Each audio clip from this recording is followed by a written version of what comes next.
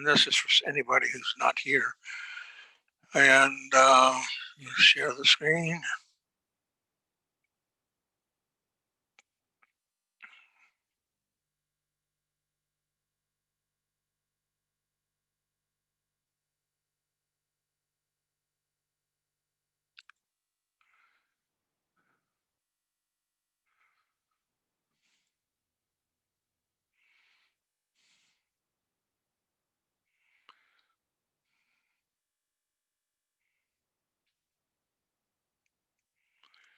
Okay, I just cruised all the way down to week 16, where most of your material was, okay?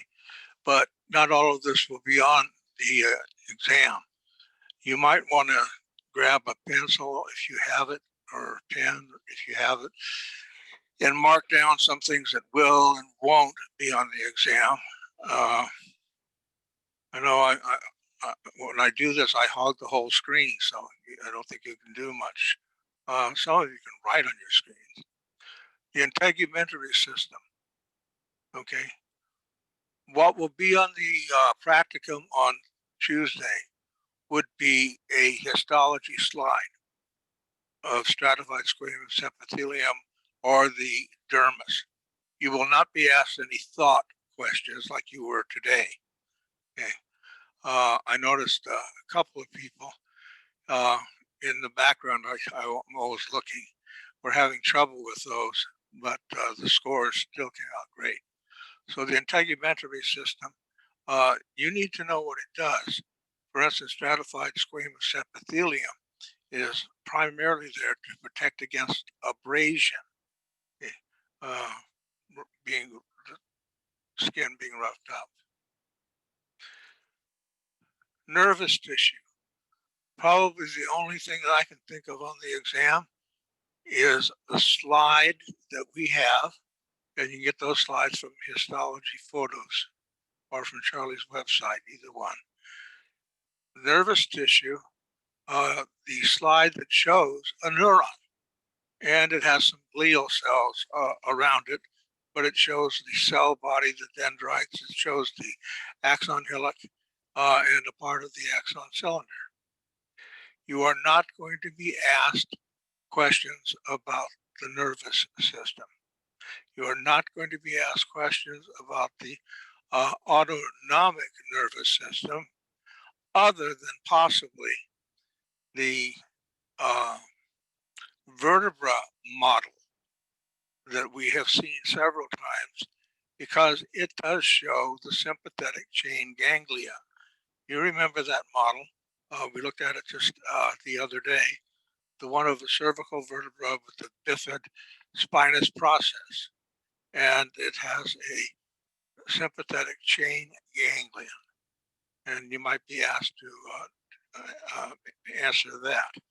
You might be asked to answer anything on the models or images that are posted in the lectures. We'll get to those in just a second. The spinal nerves and the autonomic nervous system. This lecture is off limits. It's not going to be on the exam. The endocrine system. The endocrine system, other than knowing that the which gland is an endocrine gland, for instance, if we point to the thymus gland, or if we point to the adrenal gland, you should be able to identify it. But I'm not going to ask you to name all the hormones again. I'm not going to ask you to give their functions.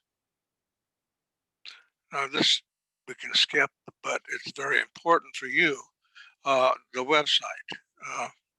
Well, why is it important? Maybe I won't skip it.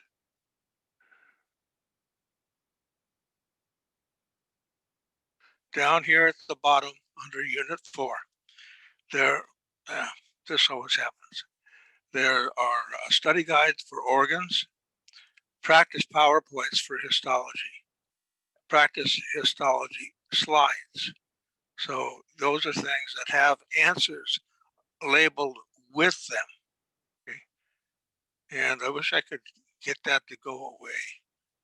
I could lock it.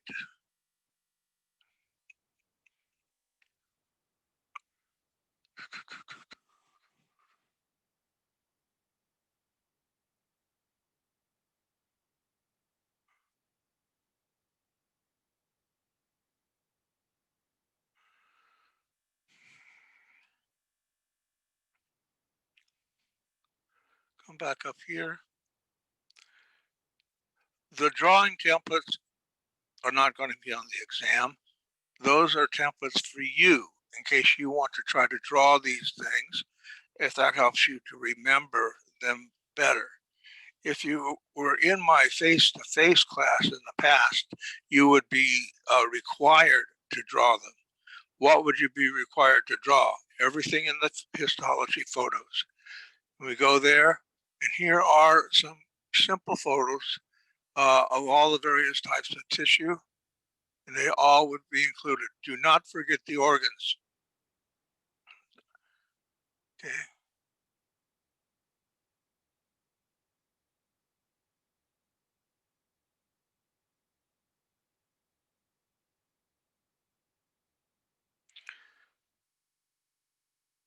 Okay, the tissue lecture. Let's open it up.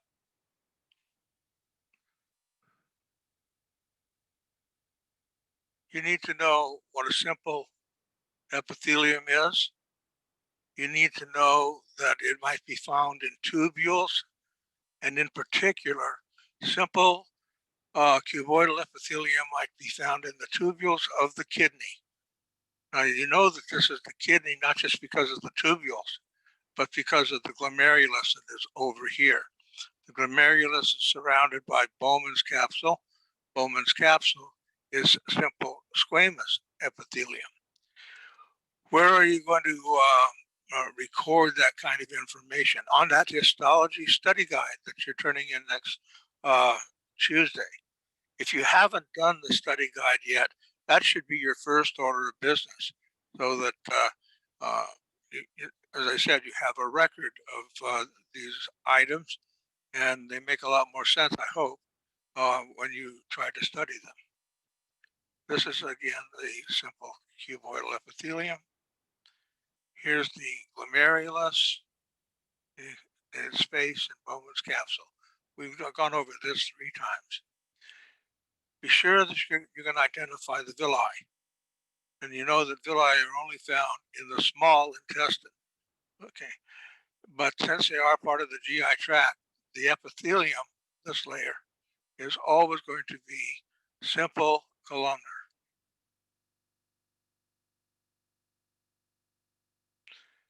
I will not be asking if you have a pencil, compound cuboidal. I will not be asking that. I will not be asking compound columnar. I will be asking stratified squamous epithelium somewhere in the test, in the pictures. Transitional epithelium is sure to be asked in the histology portion of this test. Here, several layers thick, and the outermost layer is not squamous, it's not flat. That means it has to be transitional, probably going to be found in the ureter. Pseudostratified, found in the respiratory system.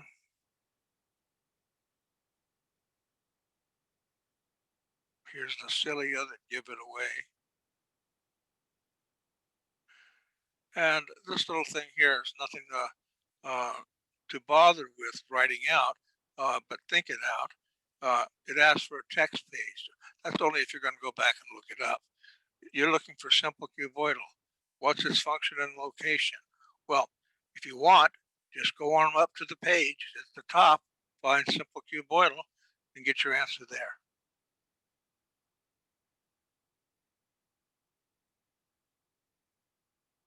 The second of the tissue talks.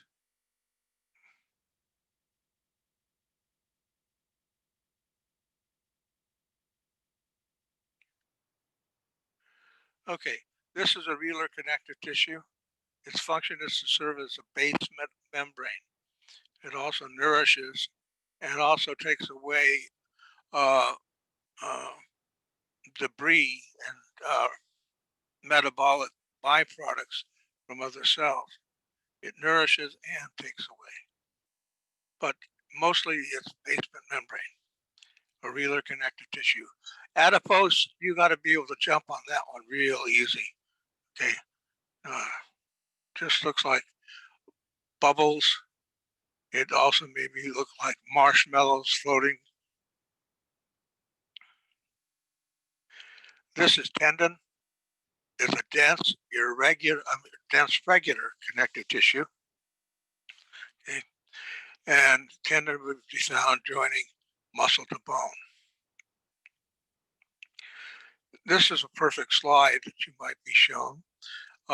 Here is the epidermis from here to here, and the lowest most layer is the stratum basale. It attaches to the basement membrane. It's the only layer that attaches to the basement membrane. That was in today's quiz too. Okay. This is dermis. This is dense, irregular connective tissue. Embedded in it is a sudoriferous or sweat gland right here. Okay. And I would make it clear to you either with a better picture or with an arrow and an explanation if I wanted that sweat gland. Here's our compact bone and cancellous bone. We simply need this time to identify it. Hyaline cartilage needs identification. All cartilage is avascular. I keep saying that because I keep asking it too. Hyaline cartilage, where do we find it? We find it in the C rings of the trachea. We find it in the nose. The nose is not elastic cartilage. The tendency to think it is worldwide, I guess. But elastic cartilage, which we'll see next, is going to be found in the ears and the epiglottis. Here's the elastic cartilage. Here's the skin and other tissue around the ear. Okay. And the elastic cartilage running through it. I will not ask you fibrocartilage.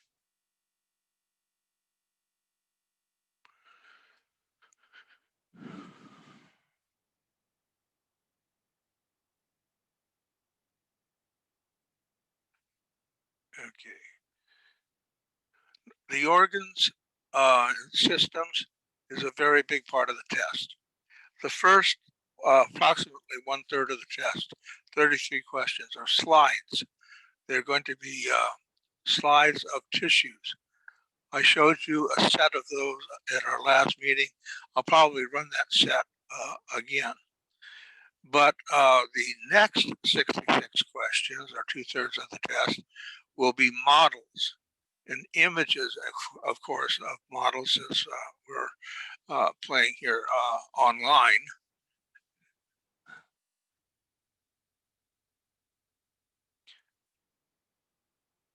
I can stop and explain each model if you need it, but I think the best thing to do really is point out what's going to be asked. So do expect this model or something similar to it, showing the salivary glands and Stenson's duct. Anything in boldface type, of course.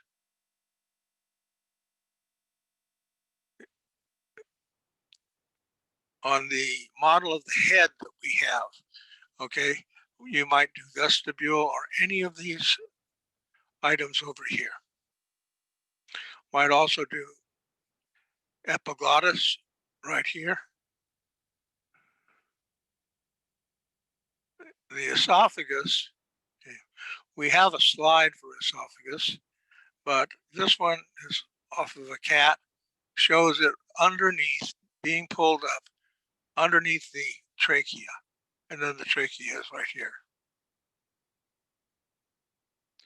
The stomach and its parts, I think you know them. If you don't, then you need to study these pictures. Go over these. This diagram, okay, has a lot of arrows, but we've gone over it several times.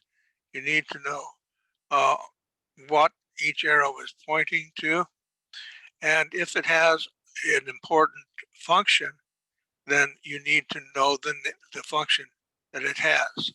Okay. For instance, the pancreas, you could talk about a digestive function producing pancreatic amylase and an endocrine function producing glucagon and insulin. Where would you be entering that for yourself? In your histology study guide to be turned in by next Tuesday. This is not a great picture. It's approachable since we've done it so many times. Here's the ribs, the stomach, and here would be the pyloric sphincter, right here coming out. And then here the first part of the small intestine would be the duodenum. I think this image has shown up on every test I've ever seen, whether I gave it or somebody else did. So be sure you know the lamina propria, the villi, and the lacteal, and know that the epidermal, I'm sorry, not epidermal, but epithelial cells are simple columnar because it's in the digestive system, the GI tract. You need to know the parts of the large intestine. That's all that's labeled right here.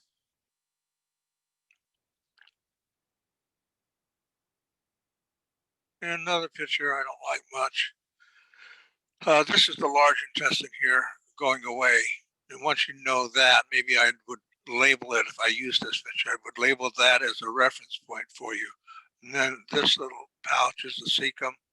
Here's the ileocecal valve, and here's the ileum itself. But it's not a great picture, and you know I'm not a fan of tricky questions because they only generate discussion that I don't want to get into.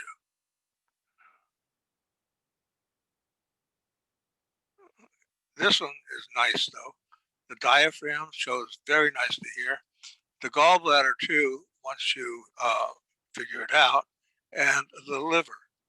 And all of these have functions. Okay?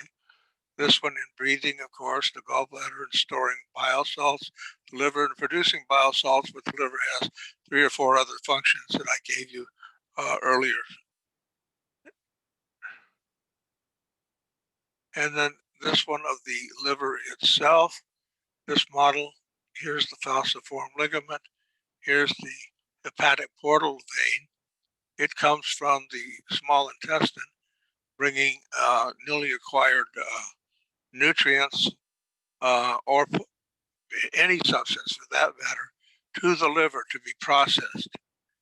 And then it goes back into the vena cava and into the general circulation after the processing, getting rid of poisons or other materials. Here's the lobule. Looks like a silo of some sort. And they've got 6 of them side by side. And in between each lobule is a triad right here. Okay. In the center of the lobule is a central vein.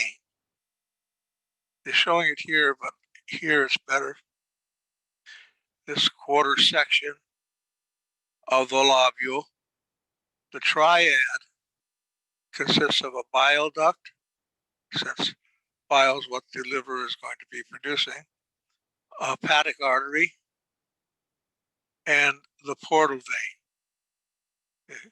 So there's lots and lots of small portal veins broken up inside of the liver. You'll have one at every triad. The blood filters down to the central vein, and in being filtered down, it's being acted upon to remove any poisonous material. Okay. Here are the names of the organs. Here are the names of the tissue that make up the majority of that organ.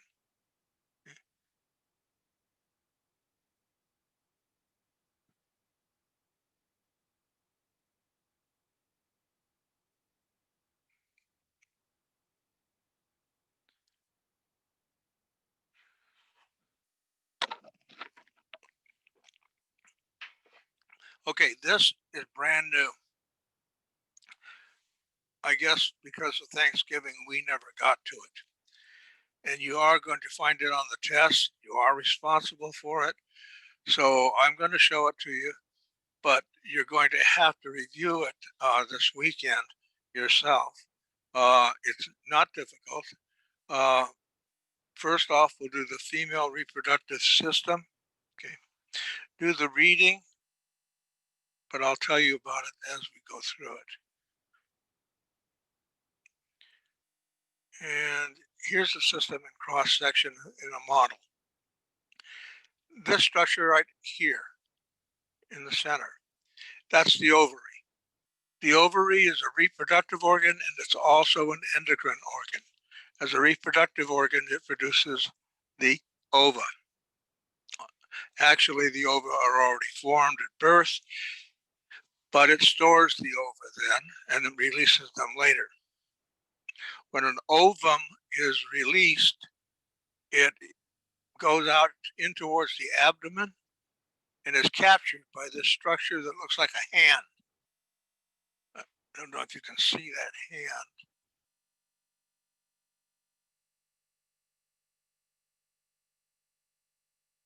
Right here. That's the os fimbriae. Okay. The os fimbriae is also known as the infundibulum, but I will call it os fimbriae on all of our questions.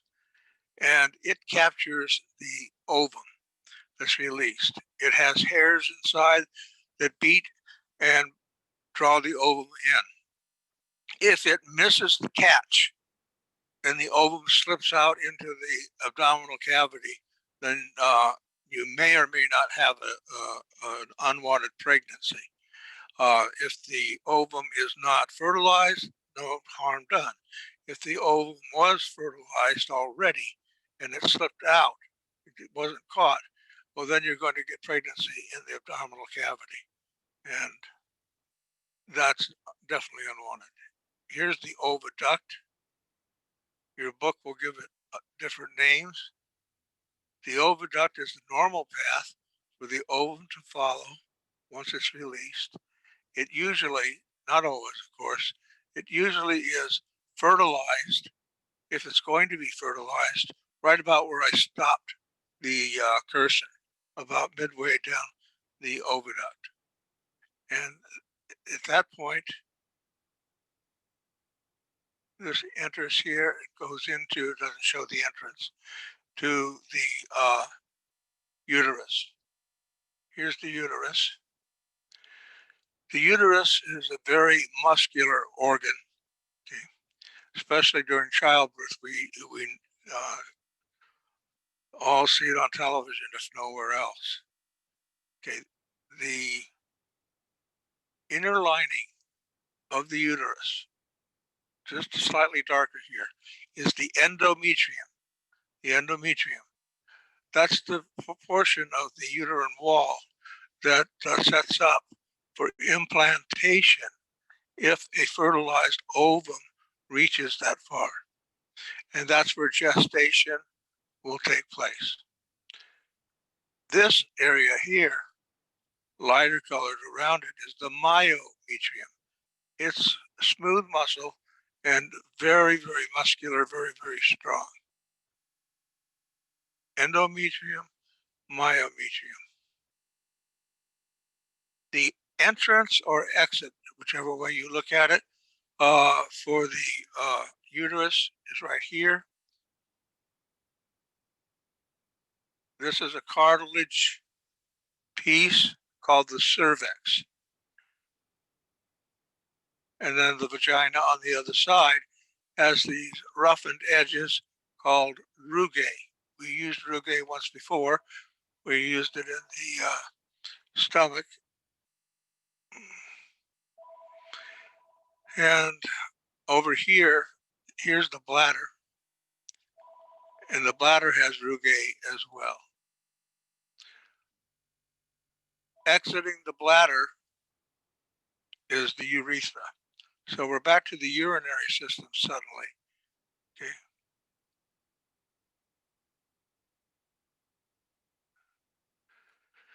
Okay, you'll need to go over this once or twice before you get ready to log into the test on Thursday. The male reproductive system, the reading's important. I'm skipping it only because I'm going to say everything that's there. In the male reproductive system, the reproductive organ is the testes, which is located right here. It's also an endocrine organ producing testosterone.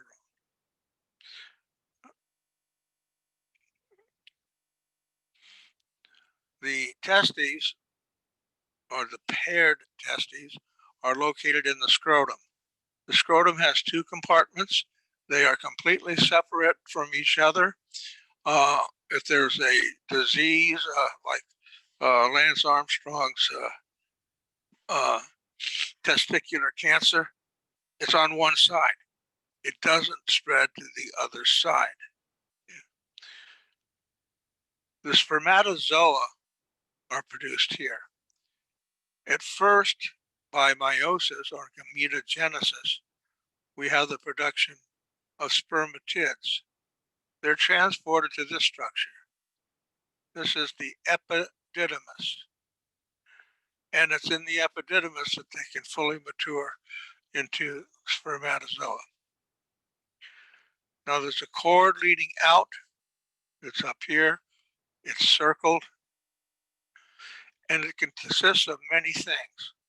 One, the spermatozoa are going to leave or exit through this pinkish tube, which is the ductus deferens. Ductus deferens. It's also known as the vas deferens, and that's where they get the term vasectomy from, by snipping that. This is the spermatic cord, and it has several components. Those components are listed for you up above, and you need to know the components. Well, the ductus deferens is one. The cremaster muscle is the second. I'll tell you about that in a moment. Well, there's definitely a nerve in there. A lymphatic would be expected, and an artery and a vein, typical. The cremaster or cremaster muscle, either way you want to say it, I've never heard it spoken, is not shown on the diagram. It raises the testes towards the body if it's cold outside. Spermatozoa cannot mature in coldness, so this has to be raised up. And it if it's too hot, it will, the cremaster muscle, lower the testes and the scrotum, because the spermatozoa cannot thrive at a high temperature also.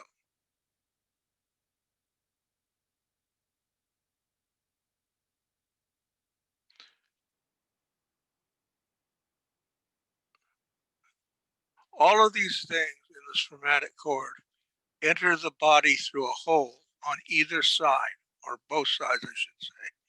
That hole is the inguinal canal, not shown here. The inguinal canal lets everything through and into the abdomen, and then everything goes its own way. The nerves go their way, the artery and vein go their way, the lymphatic goes its way from both sides. But going ahead, this structure here, the ductus deferens, would be the spermatozoa. Okay, this is not semen yet.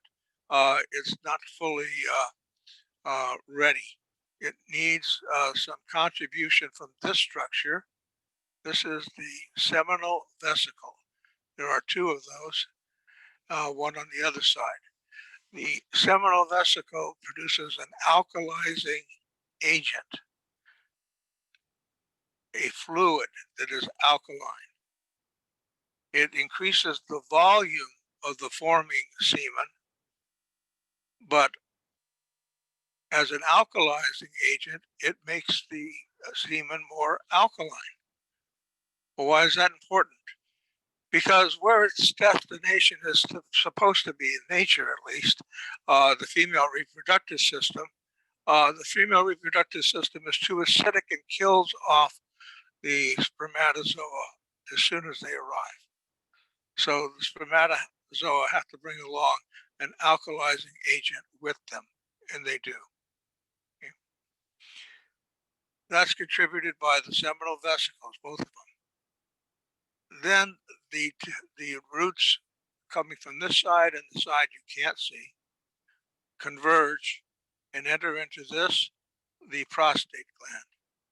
The prostate gland has the same function exactly as the seminal vesicle to produce alkalizing fluid.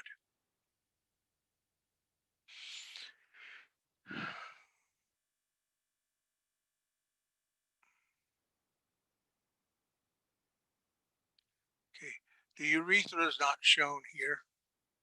The urethra would come here and come from underneath the prostate. The bulbourethral gland, 1, 2, 3, has the same function as the other two to produce alkalizing fluid.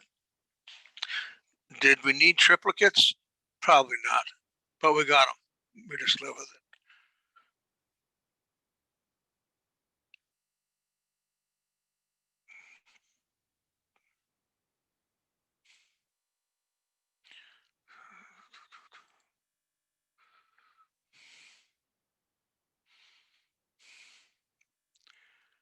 Okay,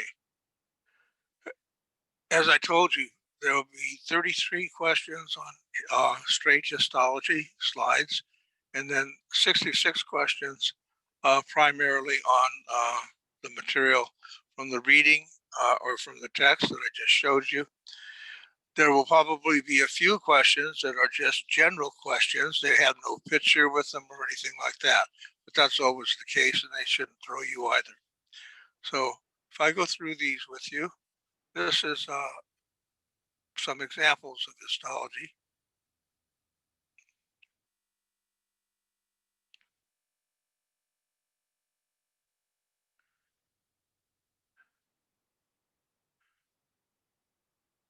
Okay, this first one is the glomerulus and the seminal, I'm sorry, I'm one slide back, the kidney tubules. Okay. You want to know simple cuboidal, you want to know simple squamous, you want to know glomerulus and tubule. Here are the answers.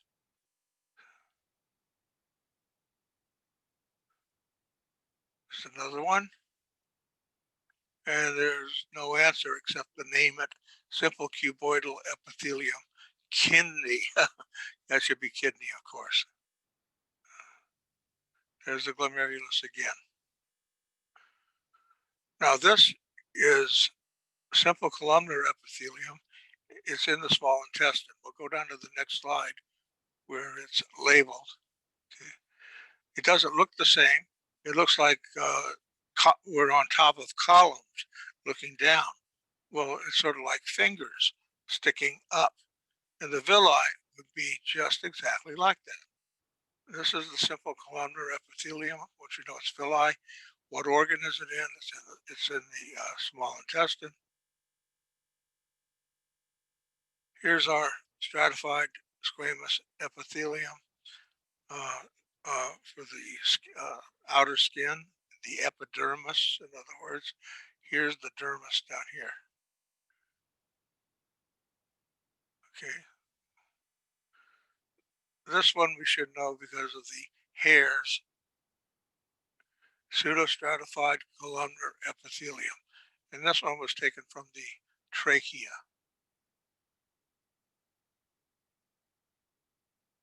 This is transitional epithelium, multi-layered, but the outer layer is not flat. So it's got to be transitional. There's nothing else it can be.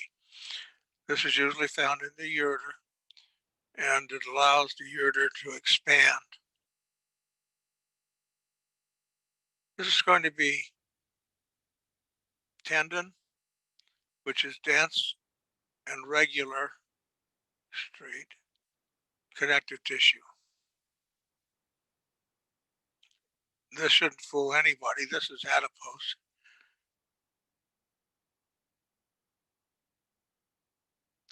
Adipose again. And here's our friend, the areolar connective tissue shown in a different light. They can stain these slides any way they want, so don't depend upon color. We talked about this one a moment ago. I would not use this. This is compact bone. I'm sure you would figure that out quickly enough in the virgin canals, but the picture is rather strange. Here's a better picture that we've seen before. Compact bone. This is elastic cartilage. Didn't look like the last one. The last one had elastic cartilage in the center and tissue on the sides. This is the center. The tissue on the sides is off limits here. We're just not being able to see it. We would find this in the nose. No, I'm sorry. We would find this in the ears, and we would find it in the epiglottis. This is also elastic cartilage, stained a different way. It almost looks like rocks through which oil has seeped.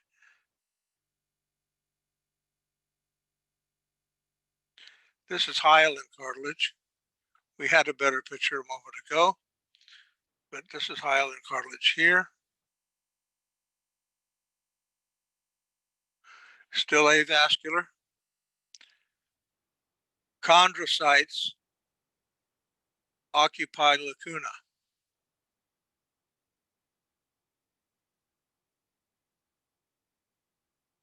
A chondrocyte, dark spot, occupies the lacuna.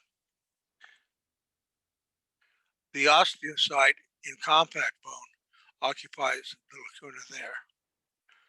Here's red blood cells, just normal size. And then here we have a lymphocyte, just slightly bigger, if that at all, than the red blood cell. Here's a neutrophil. Here's a monocyte, much bigger.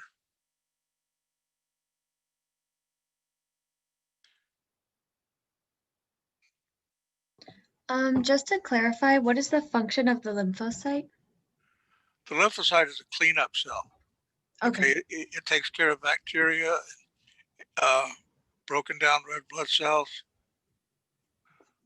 Okay. And then the basophil, it's rare, but Well, we all have them though. Anytime that there's an allergen entering the body, it will attack it by releasing what's called histones. The histones or histamines can cause you more distress than the allergen, but that's what they do. okay.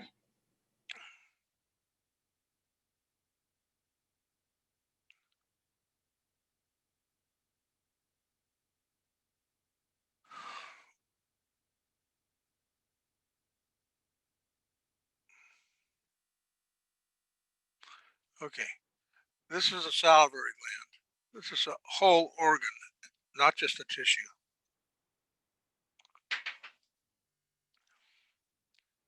This one has to just be memorized. You can't reason it out too much, although you can see that it has lobes. And anything with lobes is a gland. So glandular epithelium, once you realize it's salivary gland, you know that it secretes salivary amylase. Here's the tongue. You sure you know the taste buds? That's all you need to know there. Here's the esophagus, at least the upper portion, where it is lined by stratified squamous epithelium. It's upside down or right side up, or the way it is, but it's the same thing. The stomach does not have villi. These are not villi here. Okay, This is just the epithelial layer of simple columnar epithelium, and the folds that we're seeing represent the creases between rugae.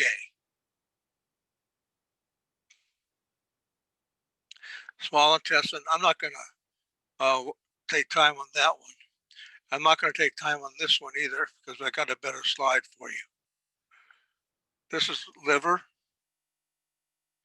right here, and I've got a better slide than that for you as well. Now this is a good slide of pancreas type I'd love to use. You can see that it's lobed. These long lines indicate it's lobes, so it's a glandular epithelium.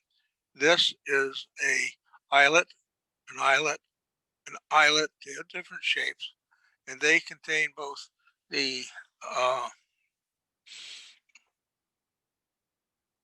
alpha cells and beta cells. Now, I haven't mentioned that before. So if you've got a pencil still or keen mind, alpha cells, I'm not going to have you identify them, but inside the alpha cells, the darker ones, they produce glucagon. And the lighter color cells are the beta cells, alpha, beta. Alpha produces glucagon, and the beta cells produce insulin.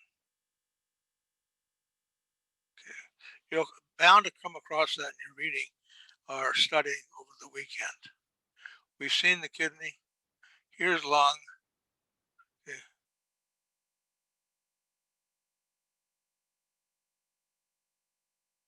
The smallest little compartments would be alveoli. And the thinnest little partitions are simple squamous. So here's another location for simple squamous besides Bowman's capsule. Here's the skin. We talked about the epidermis and the dermis itself, but within the dermis, here's some very nice looking sweat glands. Here's the body of the sweat gland.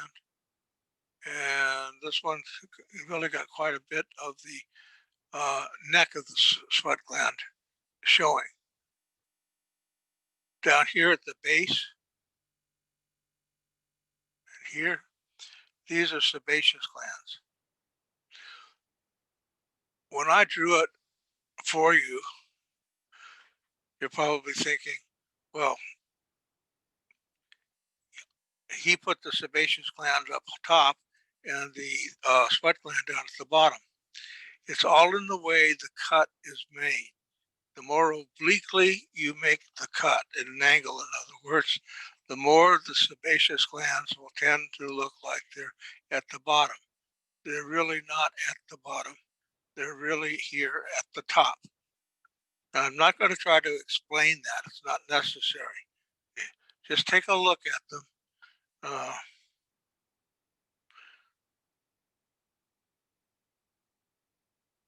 here.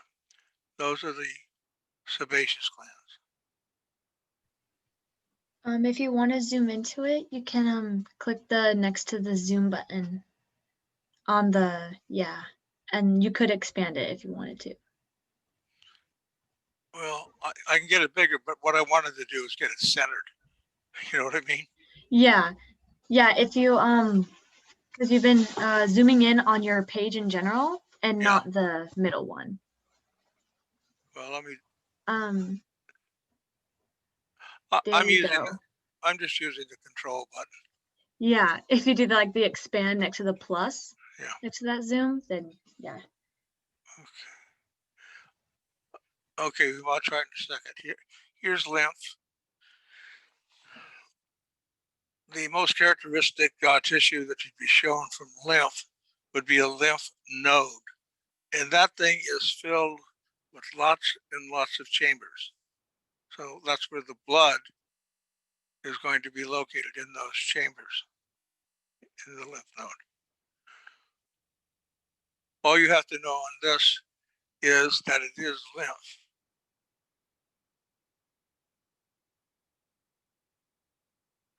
The eye won't bother anybody. Sclera, choroid coat, and then finally the retina. The ovary with the follicle, you need to know the hormones that it secretes because it is an endocrine gland. And the hormones it secretes are progesterone and estrogen. You study for that today. Here are the testes with the seminiferous tubules, all interconnected.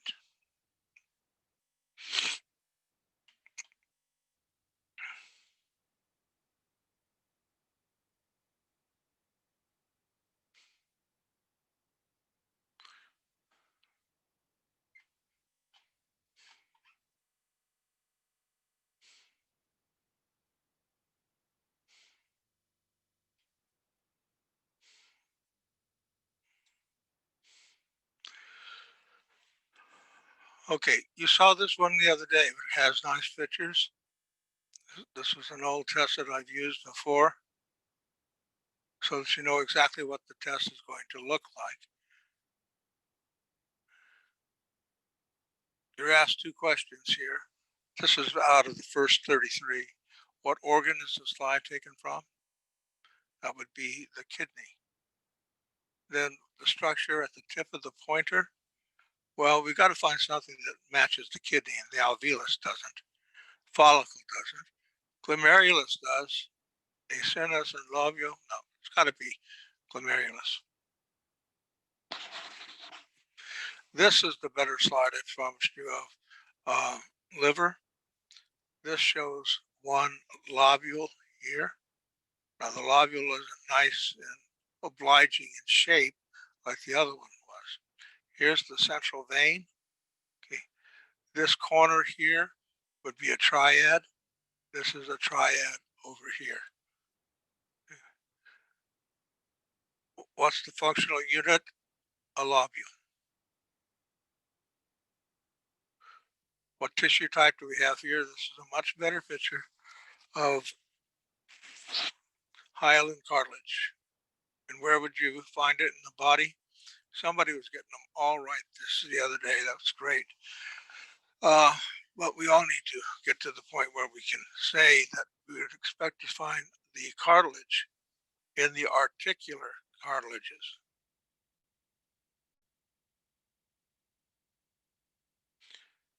Here's our pseudostratified ciliated columnar epithelium, and we should find this somewhere in the respiratory system.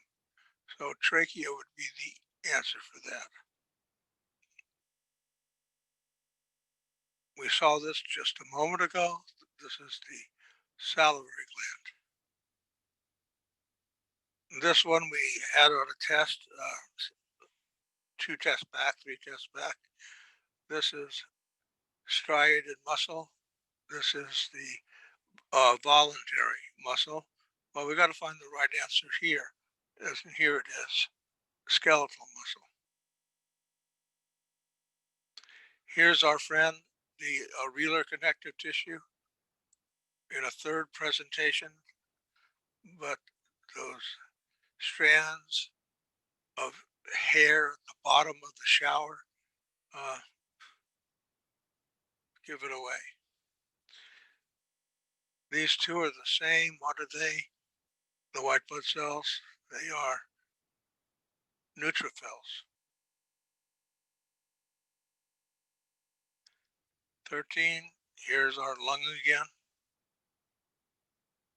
The functional unit of it is the alveolus.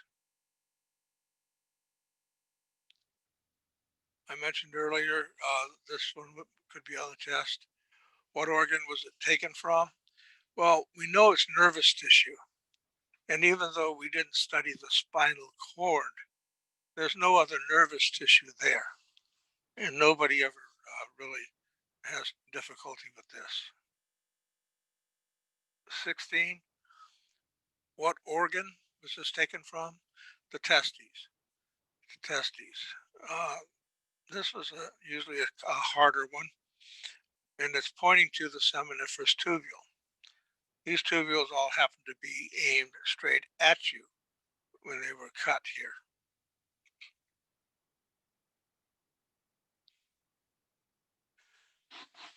Tissue type, stratified, squamous at the top.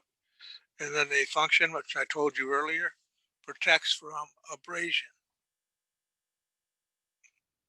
Here's the eye once again. Okay, it's easy to find the retina, but look for the dark one. That's the choroid coat. And then you know retina's on one side, and the other side's got to be sclera right here. 21, this is a smaller version of the same slide we saw earlier. This is the small intestine, and the arrow is pointing to a villus. What organ is this tissue taken from? The organ is the ovary, and the end of the pointer is the follicle. We saw this one a moment ago, not this exact slide, but very similar. And this is the pancreas with the islets of Langerhans. It has inside of the islet two basic types of cells, the alpha and the beta, which make insulin, alpha or beta? Beta? Yes, okay. And the alpha make the glucagon. What type of tissue is this? Boy, it's a different color than we've seen, but it is dense, regular connective tissue. Where do we find it? In the tendons. This one is from kidney tubules once again. And here's a tubule with a lumen, and the inner epithelial tissue is simple cuboidal. And here's one I skipped over because it was a lousy slide. This is a good slide of colon. The white cells in the epithelial layer are called goblet cells. They secrete a mucus that helps move the contents of the lumen along. These are not villi. These are not villi. These are not fingers sticking up. It may look like it to you.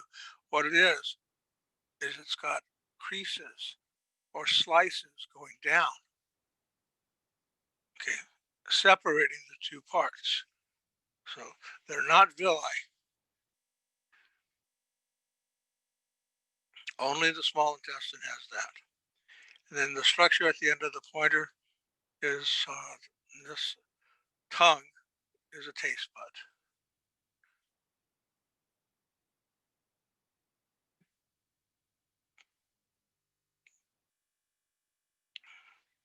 Okay, there's a review recording coming up for what I just done, but there was one on Tuesday as well. So if you weren't around on Tuesday, we did some reviewing then. You can take a look at that recording if you want. Do you get to see your test 3? The test that you just took? I didn't see it. Yeah, I got to be able to see where I missed a couple. Okay, it told you what the right answer was? Yes, correct. Okay, I have looked over the test, and all of the markings that Canvas made this time are accurate. Okay, so your score is also accurate. Okay, I'll post it or send it to you. Maybe not tonight, but you know your score for the exam. You can also look and see which ones you missed. Okay. Now, finally, practicum 4. You can't see it. Let me fix that. Well, you can see it because I can see it, right? You had no trouble. Yeah. Uh, Yeah. that's practical 4. It's coming up then. And then the final exam is a week later. The final exam is going to be over all of the terms, the list of terms, not just the one for L3, but all the way through. And you can get that off the website if you want, or I'll probably post it for you. After you take the practicum on Tuesday, look for postings in this area here at the bottom that will give you practice tests for the final exam. There'll be one complete final exam that was given before that you can practice on as well. But I have about 2 or 3 for the final exam. Some people don't need to worry as much about the final, and you'll know that after I send out this sheet. You can waste your time worrying about your numerical grade. When I say waste your time, the better use of time is to get the highest numerical grade that you can. Okay, and the rest takes care of itself. Okay, so you'll be able to see week 17, and I guess it actually we dip into week 18. This is a long semester. Okay, usually the course is 16.6 weeks. No, we'll only get to week 17. Any questions? Let me,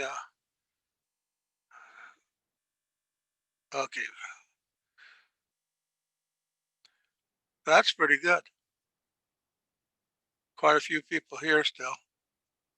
The other day when I clicked back, it was like me and one other person. I had no idea. Okay. Any questions that you want to ask? After the practicum on Tuesday, do we meet up again afterwards? No. No, Okay, after a thank lecture you. test like today, we usually can meet, but after the practicum, I don't. Okay. This does not mean that you can't email me and say, hey, I think I got that one right, or what happened, you know? You certainly can do that. The problem is usually getting everybody together. If I call a conference Zoom meeting or something like that, a lot of people can't make that particular time. I can't, there's no way to pick a time that everybody can make. But I'm available. If you want to talk one-on-one, we can set up a meeting too. Okay.